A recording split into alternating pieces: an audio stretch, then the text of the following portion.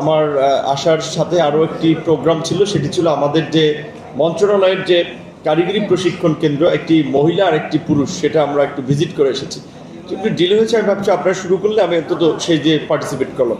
এবং আমি মুজাফফর সাহেবকে ধন্যবাদ জানাই যে উনি একজন সিনিয়র সিটিজেন, বাট উনি জাফরুল্লাহ চৌধুরীকে নিয়ে একটা স্মরণ সভা করা দরকার, এবং সেটা চট্টগ্রামে সেটা ফিল করে প্রায় 1 মাস আগে থেকে আমাকে একটু সরাসরি পায় নাই, আমাদের জসিম ভাইয়ের মাধ্যমে যোগাযোগ করেছে, এবং লাস্ট মাসে এটা একটা ডেট সেট করা ছিল, কিন্তু তখন সংসদ অধিবেশন শেষের দিকে, পরে মার্চে সুফিয়ান ভাইয়ের সাথে কথা বলে, অন্যান্য অতিথিদের সাথে কথা বলে টাইমটা মে মাসে নিয়ে এসেছে। এবং ওনার এই আগ্রহের প্রতি এবং জাফরুল্লাহ চৌধুরীর প্রতিও আমার ব্যক্তিগতভাবে আমি মনে করি একটা ঋণ আছে, এবং আমার ব্যক্তিগতভাবে না, শুধু এই দেশের মানুষের ঋণ আছে জাফরুল্লাহ চৌধুরীর প্রতি। সেই জায়গা থেকে ওনাকে সম্মান করা, স্মরণ করাটা আমাদের একটা নৈতিক দায়িত্ব। ইতিহাস আসলে আমরা কেন চর্চা করি? ভবিষ্যৎ নির্মাণের জন্যই আমাদের ইতিহাস চর্চা করতে হয়, ইতিহাস থেকে শিক্ষা নিতে হয়। ইতিহাস আমাদেরকে সেই অনুপ্রেরণা দেয়।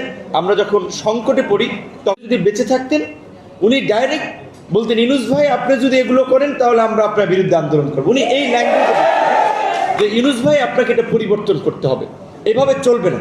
এবং আমার ধারণা যেই ইন্টারিম গভর্নমেন্টের কাঠামোটা গঠিত হয়েছিল, ডক্টর জাফরুল্লাহ চৌধুরী যদি বেঁচে থাকতেন এইভাবে উনি হতে দিতেন না, কারণ ওনার অভিজ্ঞতা থেকে উনি এটা আগেই জানতেন এই ইন্টারিম গভর্নমেন্ট ভালোভাবে ফাংশন করবে না। কাজী উনি দক্ষ লোকদেরকে প্রস্তাব করতেন যে এই লোকগুলো ইউনূস ভাই আপনাকে নিতে হবে, কারণ উনির সাথে জাফরুল্লাহ চৌধুরী, ডাক্তার ফজলে হাসান আবেদ এবং আমাদের প্রফেসর ইউনূস তারা খুব ভালো বন্ধু ছিলেন। এবং প্রোগ্রাম করতে যাইতো, কার বাড়িতে মুরগি আছে, লাউ আছে, কার নতুন ধান হয়েছে, তারে চাল আনতে বলতো। এইভাবে তোমরা এইভাবে বলবো, তোমাদের এত টাকা পয়সা লাগবে কেন? আমি বললাম ওই যুগ তো আর এখন নাই, কর্মপদ্ধতি তো বদলাইছে।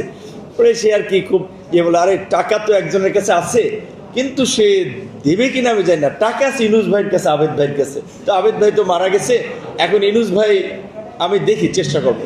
তো যাই হোক, শেষ সময় পর্যন্ত তার কাছে রিচ করতে পারে নাই।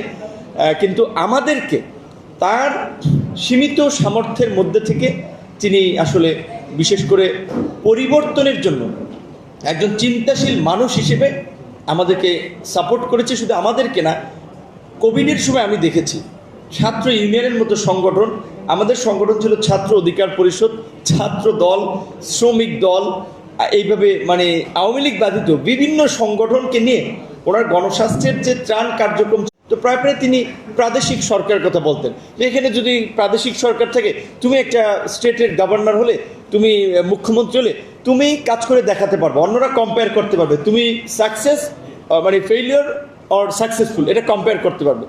যাই হোক, সেই বাস্তবতায় অনেক ধরনের আলাপ আলোচনা হতো। একটা কথা যেটা আর কি অনেকে বলে নাই বা অনেকে আলোচনা নেই, সেই জন্য আমি একটু শেয়ার করতে চাই। আপনারা জানেন যে গত 16 বছর এখানে সুফিয়ান ভাই আছে। সুফিয়ান ভাইয়ের মামলা কয়টা ছিল আপনার? 54টা।